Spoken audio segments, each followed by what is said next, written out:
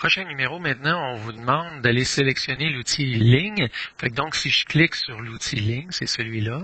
Mais avant, tout d'abord, pour aller faire une ligne sur le toit, ben, il va falloir que je réduise un petit peu mon image. Fait que donc, je peux faire un zoom, encore une fois, zoom, et utiliser l'outil, tiens, la main, dans un premier temps pour le descendre.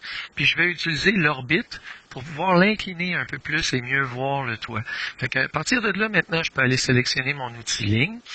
Vous voyez, quand je me déplace sur une arête, le point est rouge. Quand j'arrive en plein centre, il va changer de couleur, voyez-vous, point du milieu. Fait que quand il est bleu, maintenant, je peux cliquer et là, faire ma ligne bord en bord.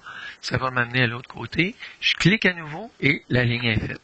Fait que donc, ça, c'est la prochaine étape. Ensuite, on va utiliser le pousser-tirer. Fait que donc, pousser-tirer, ça va nous permettre, on nous dit utiliser l'outil pousser-tirer et baisser le plan B. Fait que donc, pousser-tirer, je l'utilise ici. Je clique sur pousser-tirer. Je m'en viens sur la partie B, voyez-vous, c'est la partie avant.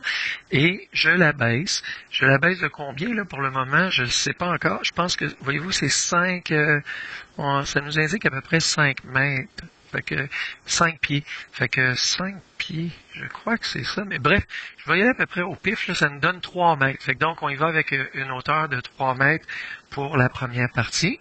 Et ensuite, on me donne, voyez-vous, on voudrait que je baisse aussi l'autre partie. Fait que sélectionner l'outil ligne pour couper le plan B sur l'axe des Y. Fait que donc, la partie suivante, c'est que je peux faire encore une ligne. Et là, je m'en vais peut-être à peu près aux 2/3. Là, pour ce faire, je vais à peu près, je vais y aller à peu près pour faire le garage. Fait que donc, à peu près ici, j'y vais-tu à peu près? On va y aller avec le ruban à mesurer. Fait que donc, avec le ruban à mesurer, ça va nous donner une longueur assez précise. J'ai 12 mètres, je peux avancer. 13 mètres, ça a l'air d'être pas pire. Fait que 13 mètres ici. Ça va me permettre que quand je vais venir sélectionner le ligne, il va s'accrocher directement au point de guidage, puis la ligne va être bien faite, elle va être très droite. Fait que donc, je vais cliquer. Et maintenant, on me demande de couper le plan B sur l'axe des X, c'est fait. Après ça, vous allez jouer avec ces deux outils pour avoir 3 volumes différents. Fait que voyez-vous, on cherche à abaisser le plan, le garage. Fait que donc, je vais faire pousser-tirer et je vais le baisser d'1 mètre, mettons. Et je vais pour être capable de tirer, voyez-vous, je ne suis pas capable de tirer uniquement le garage.